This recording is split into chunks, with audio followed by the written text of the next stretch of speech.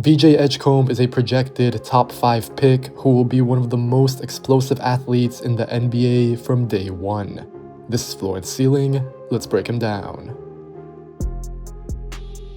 VJ Edgecombe was number 4 on my most recent 2025 NBA Draft Big Board. The Baylor prospect has a potentially special mix of elite athleticism, two-way production, on-ball flashes, reliable motor, and a high defensive floor. At his best, Edgecombe is an all-star level talent who reminds me of Russell Westbrook or Victor Oladipo.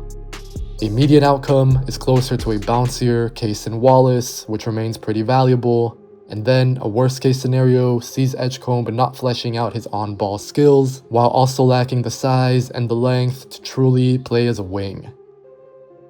Still, Edgecombe is a highly promising two-way prospect.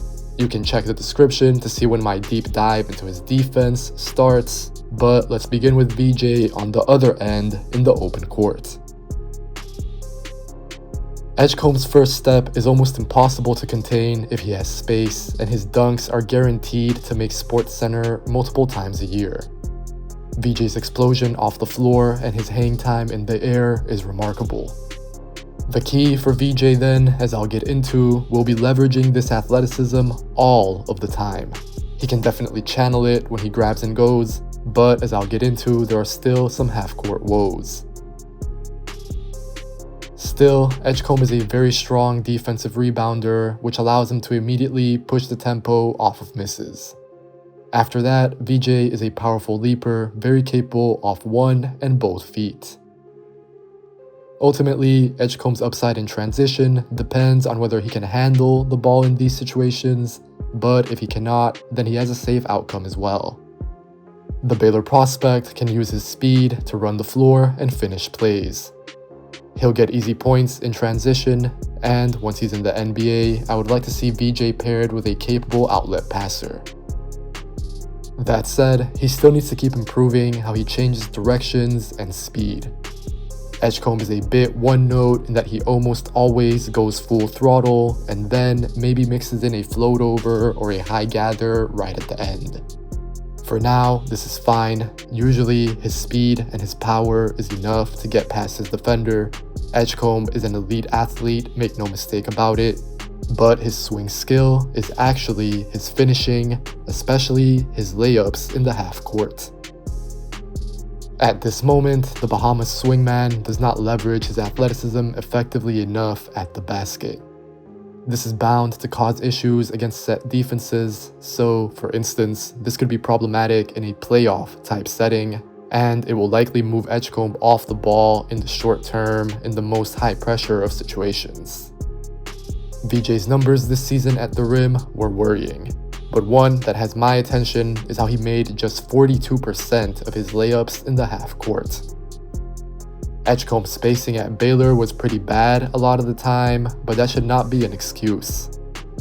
Edgecombe lacks touch from close range, so I have questions about how and whether he converts at the basket when he's not dunking. His takeoff point can be too distant, he finds it hard to use his left hand, and he needs to get more comfortable against verticality and against physicality. Edgecombe doesn't get fouled enough when he attacks the rim, but that's also a byproduct of not getting to those positions often enough. Finally, I wonder if the Baylor prospect can turn to a runner more often. There have been some signs, but Edgecombe still plays too fast in the half court most of the time, and he'll need to slow things down, broadly speaking. However, if Edgecombe struggles as a finisher at the rim stick, then he will definitely need to keep adding an in-between game. It's hard to not be enticed by Edgecombe's tools and believe that he can turn things around. Again, VJ will have the first step on most defenders and also on bigs when he's up against them on switches. Edgecombe creates constant paint touches and advantages that can keep being unlocked with improvements to his passing, finishing, and most of all, his ball handling. It'll be about his decision making against the second line of the defense as well as whether he can add shake to his handle. Right now, Edgecombe is reliant on using screens to create separation for his drives, which is fine. I'm just saying that he doesn't break defenders down off the dribble. Still, the Bahamas prospect will generally blow by his man, and then he really should be a better finisher. 54% in total and 49% in the half court is not cutting it. I'm optimistic about Edgecombe's shot, especially off the catch, but he needs to show more off the bounce. The former, though, is more important for VJ's floor. This season, the Baylor guard made 36% of his catch-and-shoot threes on decent volume. He can still get rushed or have some bad misses here and there, but I don't think that teams will be able to leave Edgecombe wide open while he spots up. When it comes to his catch-and-shoots, I'm mostly focused on two things, which are how Edgecombe gets his shots and what type of threes Edgecombe takes. For example, he'll need to convert straightforward looks, such as when he's sitting in the corner and receiving out of the pick and roll, or when he's lifting from the corner to the wing.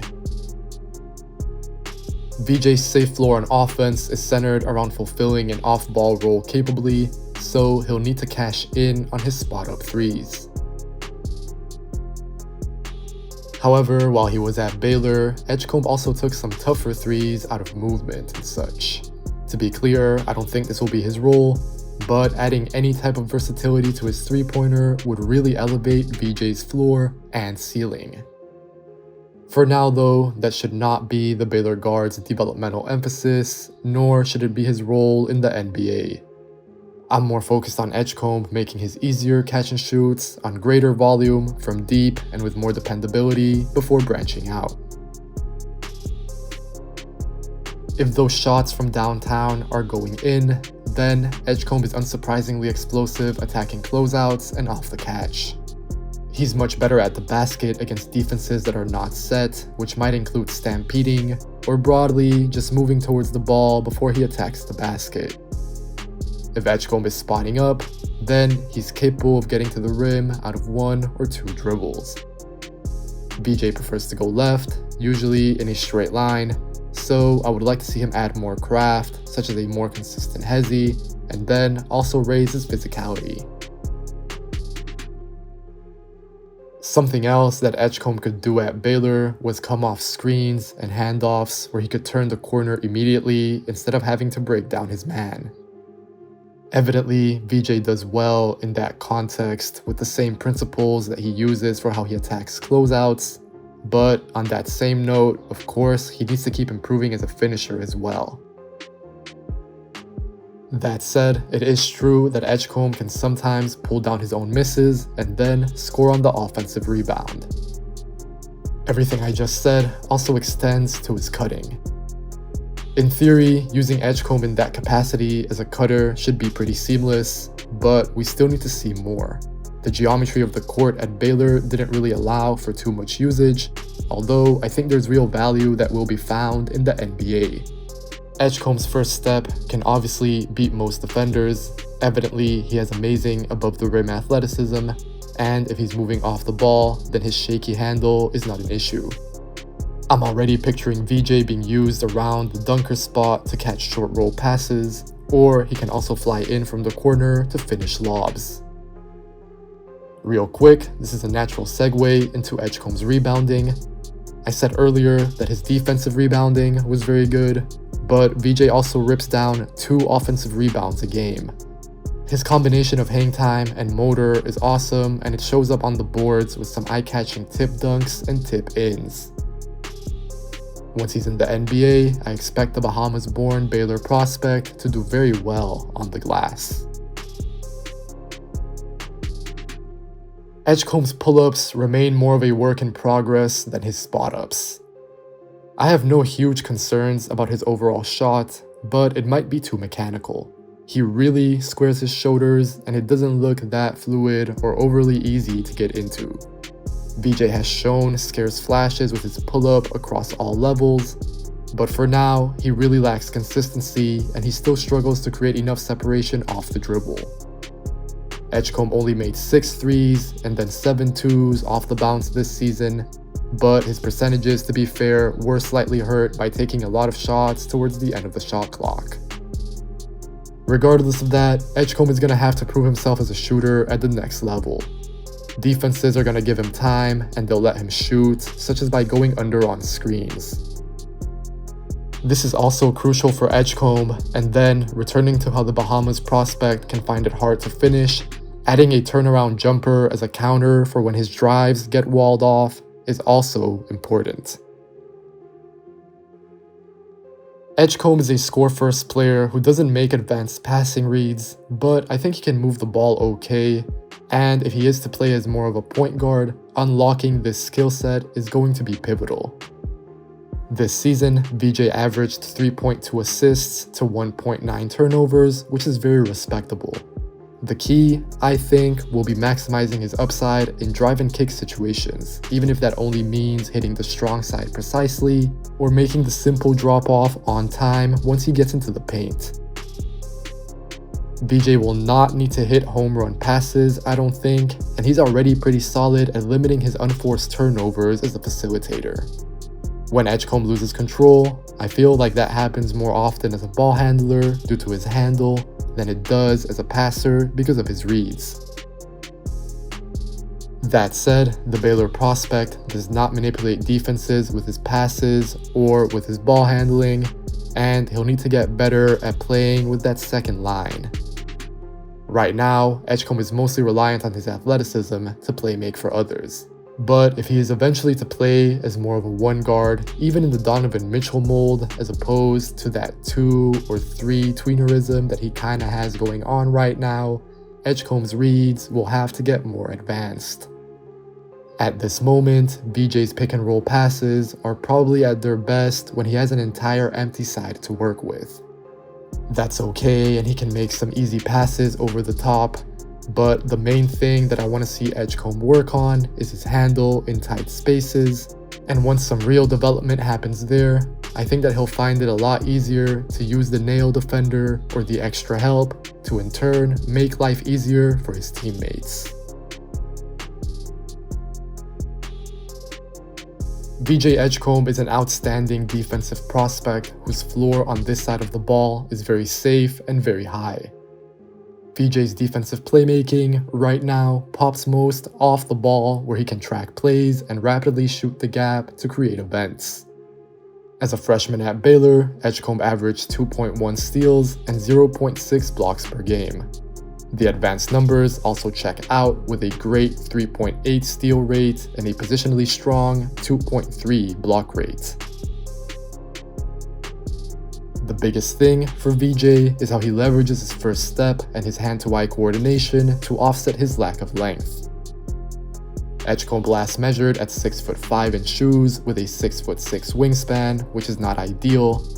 If we're being honest, it's actually on the smaller side, but his burst and his quick twitch conceal this limitation off the ball. Just watch the defensive tape on Edgecombe, and that will probably convince you as much as anything that I can say, because his best moments are truly stunning. The Bears prospect is great at creating two-way events, such as when he jumps the passing lanes and then finishes with a highlight reel dunk. Quite often, ball handlers don't realize that Edgecombe is there until he suddenly decides to spring into action and shrink the floor. VJ can also get blocks from the help side and then push the tempo. I'm a big fan of his off-ball instincts, and he's going to be productive on this end of the floor no matter what, I think, even if his dribble, pass, shoot development stalls. Of course though, defense and offense cannot be disconnected from one another in today's NBA, so Edgecombe is going to have to survive on both ends to add defensive value, especially given his top 5 billing. Personally, I'm betting on that growth on offense to take place, and then I think we already see that Edgecombe's production and tools and outlier athleticism are going to give him a great outcome on D. These chase down blocks that we're seeing here, they're awesome, and they almost became a signature for VJ at Baylor. On the topic of Edgecombe's rim protection, keep in mind as well that everything which shows up in this area affects the rest of his defensive playmaking. However, once he gets stops at the rim, I would like to see him improve as an outlet passer to get more assists. And then, I trust VJ to be active as the low man, and I think that he can be effective there, but I wish he was slightly longer. Edgecombe is capable on the ball, although maybe with a misconception about him. First things first, there's plenty of good in this area. VJ can take drives with his chest, absorb bumps, and swallow up guards and smaller wings.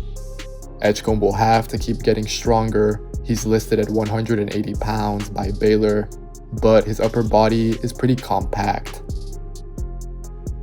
Once he's in the NBA, I definitely expect him to get plenty of reps on the ball as a defender.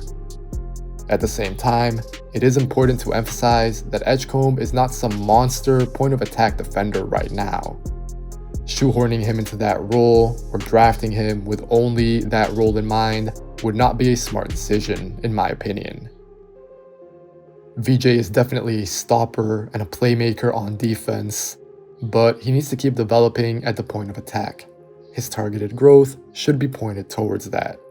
Right now, Edgecombe can definitely still give up the lane and the score against the ball handler.